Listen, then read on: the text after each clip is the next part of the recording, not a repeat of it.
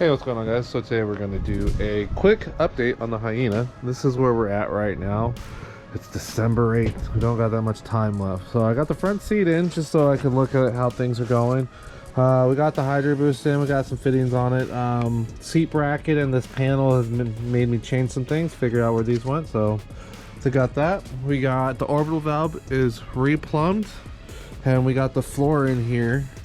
The shifter for the transfer case goes over here. This little hole right here. It goes there. I don't know where the shifter for the transmission is gonna go yet. Yeah, so got the seats mocked up. Where they going, how they bolted in, I have no idea. They have this went here, but yeah, there's no other bracketry, so I don't know exactly where they go. So I'm gonna go make new seat mounts for these.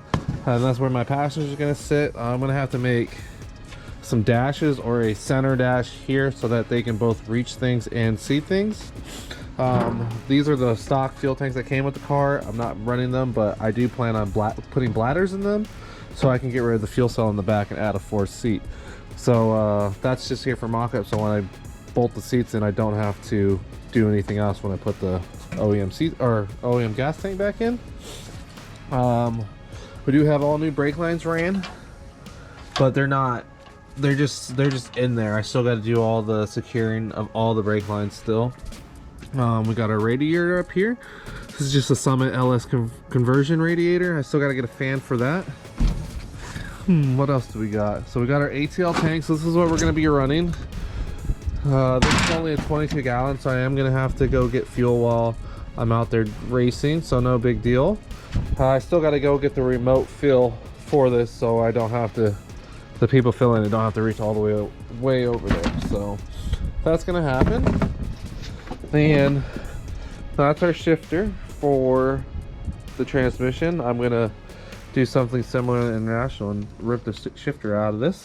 That was gonna shift the car. We got the diffs in here. These diffs are upside down. So we got a high pinion 9-inch for, you know, independent ground clearance, you know, that life. So we got a new flange up in the front because we're gonna try to get drive shafts in 2 days to get them measured out. So we need drive shafts made for this. Oh, and the big thing that I haven't really said anything about is the engine is now facing rearward. I had to do that because the engine wanted to be where the seat was, and that was just not gonna happen. But it actually fits way better. It's centered.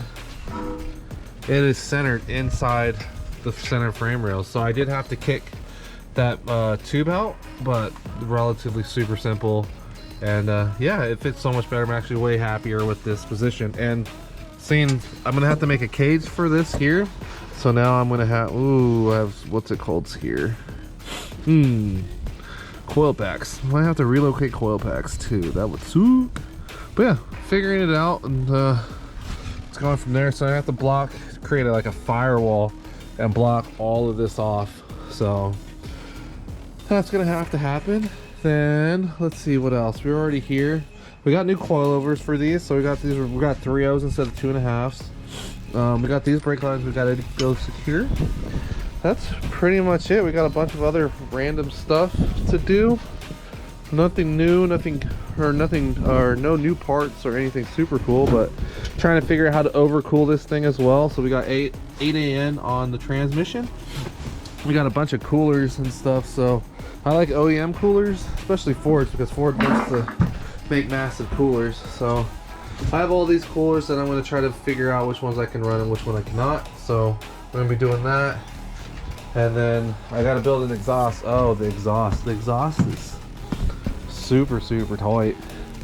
I know. Let's see. Here's a good view of this thing. So that's the exhaust right there.